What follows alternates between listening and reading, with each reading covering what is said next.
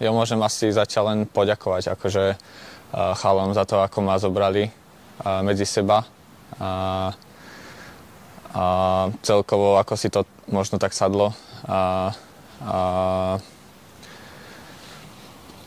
Som rád, že som sa do toho dostal, do toho, čo sú nejaké moje silné stránky, čo môžem ukazovať a verím, že to pôjde ďalej.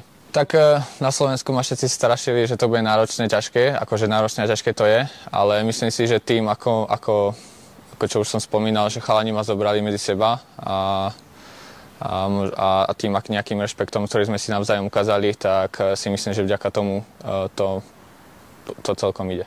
Myslím si, že individuálna kvalita to je prvoradé. Hráči majú väčšiu individuálnu kvalitu a všetko sa robí vo väčšej intenzite.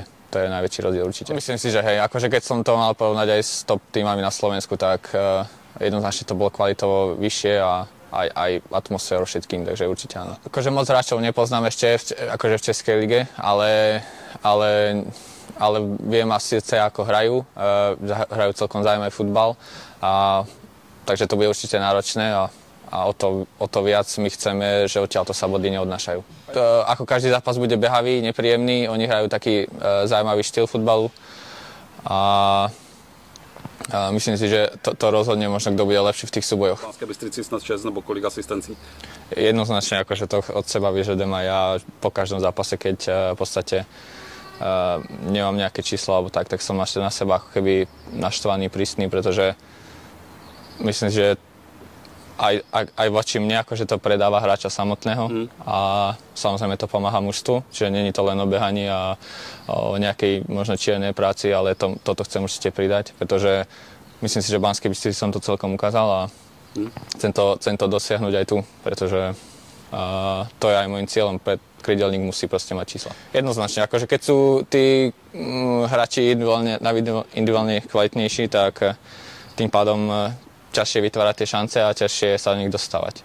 Ale myslím si, že to ide, že to teraz bolo napríklad na Sparte, som sa do niečoho aj dostal už a verím, že to pôjde ďalej, že niečo príde. Tak to je pre mňa v podstate všetko. Ak by sme sem nemohli ísť nejak spolu, tak to nedáva vôbec zmysel pre mňa a to, že sme tu spolu je ako to, že sme sa nejak dostali sem zo Slovenskej ligy do Českej, nejaký pokrok, tak to vďačím proste tej rodine a manželke.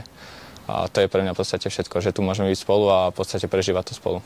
Tak prekvapenie myslím, že to bolo pre každého, lebo Nemecko je gigant, to je jednoznačné, ale myslím si, že dokázali to vďaka tomu, aký hrali futbal, aký hrali náročný futbal a že hrali dobre, takže keď hrá človek dobre, tak sa dá poraziť každý dnešný. Jednoznačne si myslím, že áno.